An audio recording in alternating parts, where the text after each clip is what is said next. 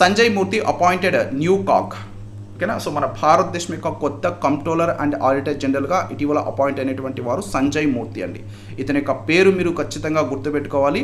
దీంట్లో మెయిన్గా మీరు గుర్తుపెట్టుకోవాల్సింది ఇటీవల కొత్తగా నియమితున్నటువంటి కాగ్ ఎవరు, అలాగే మాజీ కాగ్ ఎవరు, అలాగే కాగ్ని ఎవరు నియమిస్తారు, కాగ్కి సంబంధించి మన భారత రాజ్యాంగంలో ఏం చెప్పారు, ఇలాంటివన్నీ కూడా తెలుసుకోవాలి.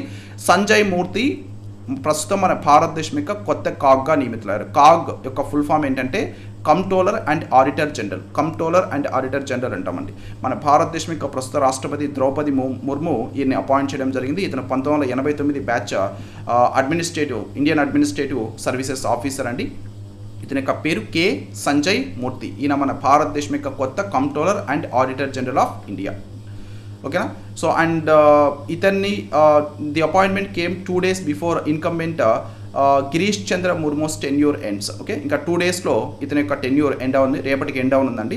సో కాబట్టి 2 days ముందే కె సంజయ్ మూర్తిని మన భారతదేశం యొక్క కొత్త కాగ్గా మన భారతదేశం యొక్క రాష్ట్రపతి నియమించడం జరిగింది. ఓకేనా. సో ప్రజెంట్ ఉన్నటువంటి కాగ్ ఎవరంటే Girish Chandra Murmu. Okay, Draupadi Murmu, Girish Chandra Murmu. You can remember the name. Okay, ఈ టెన్యూర్ రేపటితో ఎండ్ అవుతుంది ఈయనకి.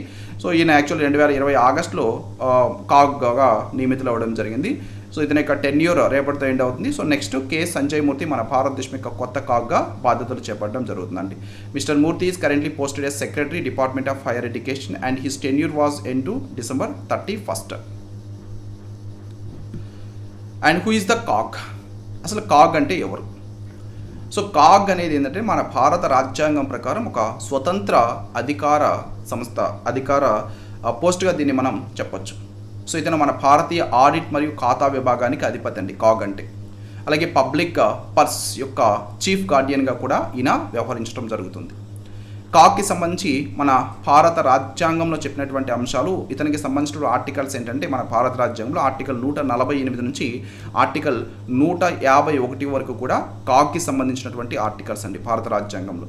సో ఆర్టికల్ 148 ఏం చెప్తుందంటే కాగ్ యొక్క నియామకం గురించి, కాగ్ యొక్క ప్రమాణ స్వీకారం గురించి, అలాగే కాగ్ యొక్క సేవా షరతులు, వీటన్నిటి గురించి కూడా ఆర్టికల్ 148లో చెప్పున్నారు. అండ్ కాగ్ ఆర్టికల్ 149 భారత కంట్రోలర్ అండ్ ఆడిటర్ జనరల్ యొక్క విధులు, అధికారాలు, ఇవన్నీ కూడా ఆర్టికల్ 149లో చెప్పడం జరిగింది. తర్వాత ఆర్టికల్ 150లో ఏం చెప్పున్నారంటే భారత రాజ్యాంగంలో దీని ప్రకారం యూనియన్ మరియు రాష్ట్రాల యొక్క ఖాతాలన్నీ కూడా కాగ్ సలహా మేరకే రాష్ట్రపతి సూచించినటువంటి రూపంలో ఉంచబడతాయండి. ఓకేనా. సో కేంద్రానికి అలాగే రాష్ట్రాలకి రెండింటికి కూడా కాగే ఆ ఖాతాలు అనేది చూస్తారు. ఓకే. అండ్ ఆర్టికల్ 151 ప్రకారం యూనియన్ ఖాతాలకి సంబంధించి controller and auditor general of India నివేదికలు రాష్ట్రపతికి సమర్పిస్తారు. అలాగే పర్టికులర్గా ఆ రాష్ట్రాలకి వీటిని వారు పార్లమెంట్లోని ప్రతి ఉభయ సభలు అంటే లోక్సభ, రాజ్యసభ రెండింటి మధ్య ఉంచడం జరుగుతుంది.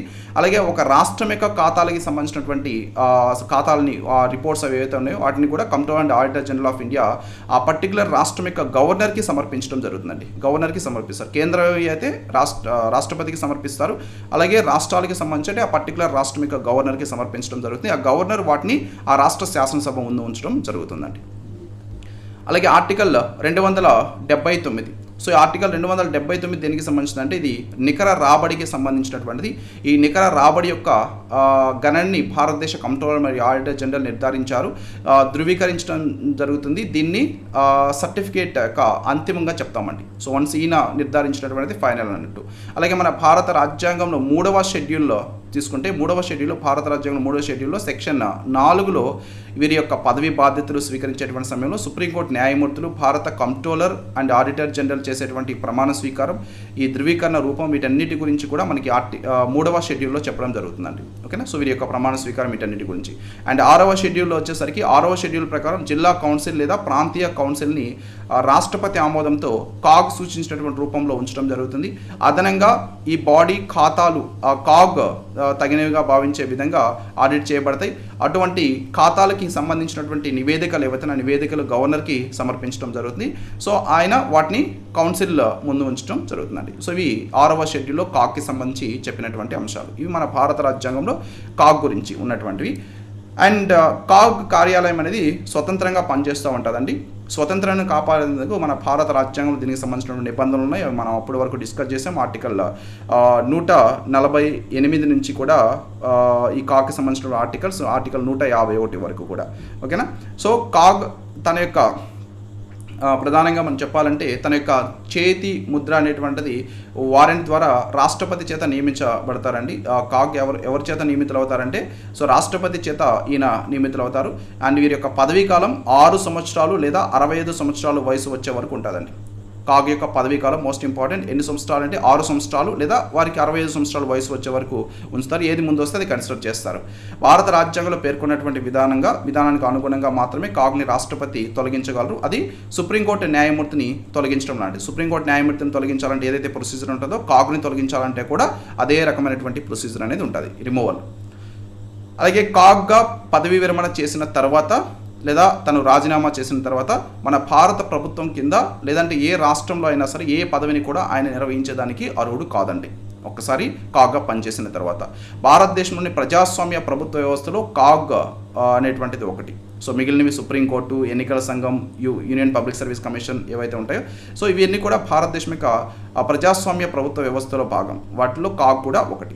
పార్లమెంట్లో కాగ్కి ప్రాతినిధ్యం వహించేటువంటి మంత్రులు ఎవరు కూడా ఉండరండి. సో వీరి యొక్క నియామకం తర్వాత అతని యొక్క జీతం కానీ ఇతర సర్వీస్ షరతులు కానీ అన్నీ కూడా ప్రతికూలతకి మారకూడదు. ఓకే, సో ఏం జరిగినా సరే ఈ కాగ్ శాలరీస్ ఇవన్నీ కూడా సర్వీస్ కండిషన్స్ అన్నీ కూడా సో వేరే వ్యక్తుల యొక్క అపాయింట్మెంట్ మీద డిపెండ్ అయ్యి ఉండవు. ఇండిపెండెంట్గా వీళ్ళు పనిచేస్తారన్నట్టు. తన యొక్క పరిపాలన అధికారాలు అలాగే భారతీయ ఆడిటు, అకౌంట్స్ డిపార్ట్మెంట్లో పనిచేస్తున్నటువంటి వ్యక్తుల సర్వీస్ షరతులు ఇవన్నీ ఏవైతే ఉన్నాయో ఇవి రాష్ట్రపతి అతన్ని సంప్రదించిన తర్వాత మాత్రమే సూచించడం జరుగుతుంది.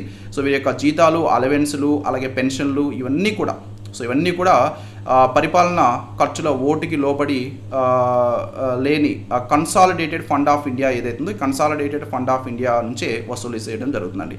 ఓకే, వీరికి శాలరీస్ ఇవన్నీ కూడా కన్సాలిడేటెడ్ ఫండ్ ఆఫ్ ఇండియా నుంచి ఇస్తారు.